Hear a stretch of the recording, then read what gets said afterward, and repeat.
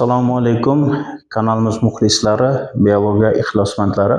Sizlarni 6-sinf darsligi bo'yicha mavzular bayonini ko'rib o'tamiz va bugungi tanishadigan mavzuyimiz to'qimalar mavzusi bo'yicha gaplashib ketamiz. Demak, to'qima nima?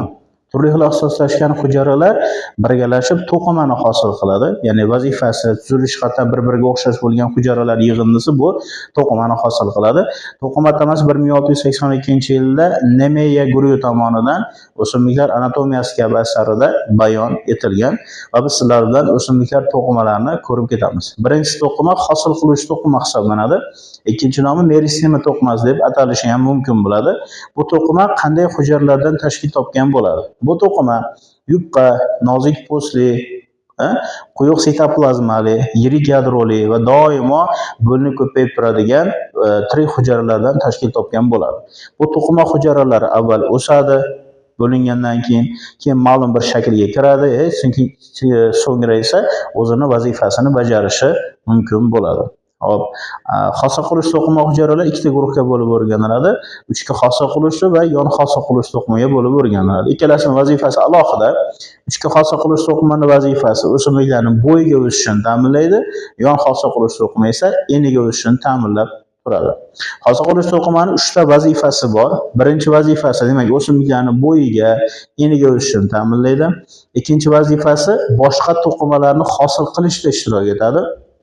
Uchinchi vazifasi esa o'simliklarning hayotida gumarol boshqaruvda ishtirok etadigan fitogormonlar bor. Auksin, gibberellin, stakinin, mana shu moddalar, ya'ni gormonlarni ishlab chiqarish vazifasini ham meristema to'qimasi bajarib beradi. Keyingi to'qimamiz esa bu asosiy to'qima hisoblanadi. Bu to'qima hujayralari ham tirik hujayralardan tashkil topgan bo'ladi va bu to'qima o'tkazuvchi mexanik va qoplovchi to'qimani orasida joylashgan bo'lib, shuni bo'shlig'ini to'ldirib turadi. Asosiy to'qima ikkita turga bo'linadi: assimilyatsiyalovchi hamda jamg'aruvchi turga bo'lib o'rganiladi. Dastlab assimilyatsiyalovchi turi bo'yicha gaplashadigan bo'lsak, bu assimilyatsiyalovchi turiga xloroximani misol keltirsak bo'ladi. Xloroxima so'zining ma'nosi xloros yashil, enxima to'ldirilgan degan ma'noni bildiradi. Bu to'qimaning asosiy hujayraning vazifasi fotosintez jarayonini amalga oshirish hisoblanadi. Ikkinchisi esa jamg'aruvchi to'qima hisoblanadi. Jamg'aruvchi to'qima o'zida 3 xil moddani jamg'arishi mumkin. Birinchisi demak oziqa moddalar, organik moddalar to'plovchi hujayralar bo'ladi. Ikkinchisi suv saqlovchi o'simliklar bo'ladi. Mana cho'lda o'sadigan o'simliklar ko'pchiligi o'zida poyasida, bargida suv saqlaydi. Bunaqa o'simliklar sukkulentlar deb ataladi. Uchinchisi esa havo saqlaydigan hujayralar. Ayniqsa mana botqoqlikda o'sadigan o'simliklarimizda kislorod tanqis hisoblanadi. Shuning uchun ham ular o'zini ildizida, poyasida havo saqlaydi. Havo saqlaydigan hujayralar aerenxima deb ataladi. Mana shu demak asosiy to'qima turlari. Uchinchisi esa qoplovchi to'qima hisoblanadi. Qoplovchi to'qima o'z nomi bilan o'simliklarni qoplab turadi va 3 ta turga bo'lib o'rganiladi. 3 ta turi bor. Ya'ni epiderma, periderma hamda postloqdan tashkil topgan bo'ladi. Dastlab epiderma hujayrasini tanishadigan bo'lsak, bu to'qima hujayralari bir qavat hujayradan tashkil topgan, shaffof bo'ladi, hujayralar tirik bo'ladi va bu to'qima hujayralar orasida og'izcha hujayralar mavjud bo'lib, bahor faslida bu og'izcha hujayralar hisobiga o'simliklar nafas oladi. Ba'zi o'simliklarning epiderma hujayralari, ayniqsa cho'lda o'sadigan o'simliklarimizda mum bilan yoki tuk bilan qoplangan bo'ladi. Bu suvni kam bug'latishga bo'lgan moslanish hisoblanadi. Ikkinchisi esa bu periderma, ya'ni ikkilamchi qoplovchi to'qima deb ataladi. Epiderma yoz yaqinlashgan sari periderma hujayrasiga aylanadi. Periderma hujayralari ham tirik bo'ladi, ham o'lik bo'ladi. Peridermaning tirik hujayrasiga yasmiqchani misol keltirsak bo'ladi. Yoz ikkinchi yarmida hosil bo'ladi bu hujayralar va yasmiqchaning vazifasi o'simliklar nafas olishini ta'minlaydi. Ikkinchisi esa bu po'kak, o'lik hujayrasi hisoblanadi. Po'kak tarkibiga suberin moddasi shimilganligi uchun yoqsimon modda gazlarni yoki issiqlikni o'zidan yaxshi o'tkazmaydi. Mana shu vazifani bajarib beradi. Endi periderma hujayralari kuz yaqinlashgan sari yana hujayralar o'lib, postloqni hosil qiladi. Postloqning barcha hujayralari o'lik, ularda tirik hujayralar bo'lmaydi. Postloq turli xil qalinlikda bo'ladi va bu postloqning qalinligi o'simlikning turiga hamda yoshiga bog'liq bo'ladi. O'simliklarning tanasida, eski shoxlarida po'stloq qavati juda ham qalin bo'lishi mumkin. Va e'tibor bergan bo'lsangiz, po'stloqda juda ham ko'plab yoriqlar mavjud bo'lib, bu yoriqlarimizda bo'lishining sababi po'stloqda cho'ziluvchanlik xususiyati bo'lmaydi. Shuning uchun ham po'stloqlar o'sgan sari, yiriklashgan sari yorilib ketadi. Keyingi to'qimamiz esa o'tkazuvchi to'qima hisoblanadi va ikkita guruhga bo'lib bo'lgan o'tkazuvchi to'qima floema hamda ksilema hujayralari. Dastlab floema bo'yicha gaplashadigan bo'lsak, floema bu o'tkazuvchi to'qimaning tirik hujayralari hisoblanadi.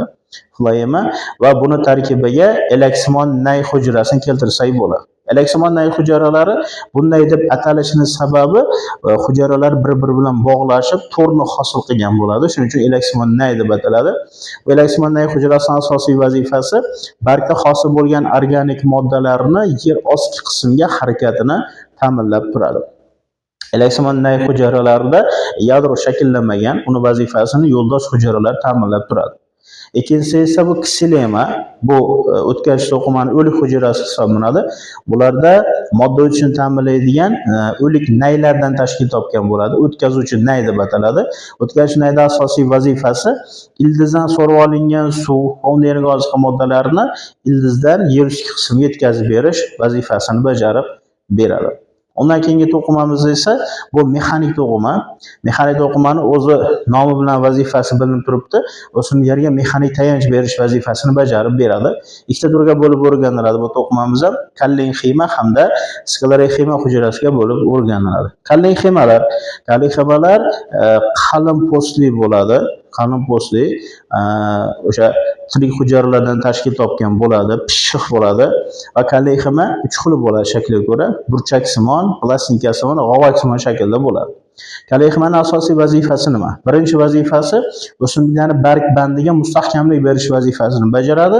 Ikkinchi vazifasi o'simliklarni cho'zilib o'sish xususiyati, ya'ni elastik deb ataymiz. Mana shu vazifani ham kollenxima hujayralari bajarib beradi.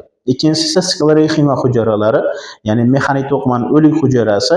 Ikkita turga bo'lib o'rganilgan sklerenxima, ya'ni uzun tolali hujayralar, bularga lub tolasi, yog'ochlik tolasi kirib ketadi. Ular mustahkamlik berib turadi. Ikkinchisi esa bu yumaloq hujayralar, ya'ni skleroidlar deb ataladi. Tosh hujayralar. Bu tosh hujayralar o'simliklar mevasining etida yoki urug' qobig'ida mavjud bo'ladi va mustahkamlik berish vazifasini bajarib beradi. Oxirgi to'qimamiz esa ajratuvchi to'qima. Tuzilishi, asoslashgan tarkibi bir-biridan farq qiladigan hujayradan tashkil topgan to'qima ajratuvchi to'qima deb ataladi. Bu to'qimaning 3 ta vazifasi bor. Birinchi vazifasi ortiqcha moddalarni ajratib chiqarish tashqi muhitga, ya'ni ekskretsiya deb ataladi. Shu vazifani bajaradi. Ikkinchi vazifasi himoya vazifasini bajaradi. Mana ochiroqli o'simliklar o'zidan shikastlangan simol ajratishi shunga to'g'ri keladi.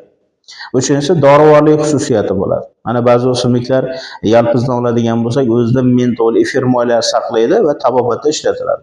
Shunga misol bo'lsak bo'ladi. Demak, ajratish to'qima o'zidan efir moylari, mentol, smola, kauchuk, balzam kabi moddalarni ajratish xususiyatiga ega bo'ladi. Demak, to'qima mavzusi bo'yicha bizda shu bo'ladi.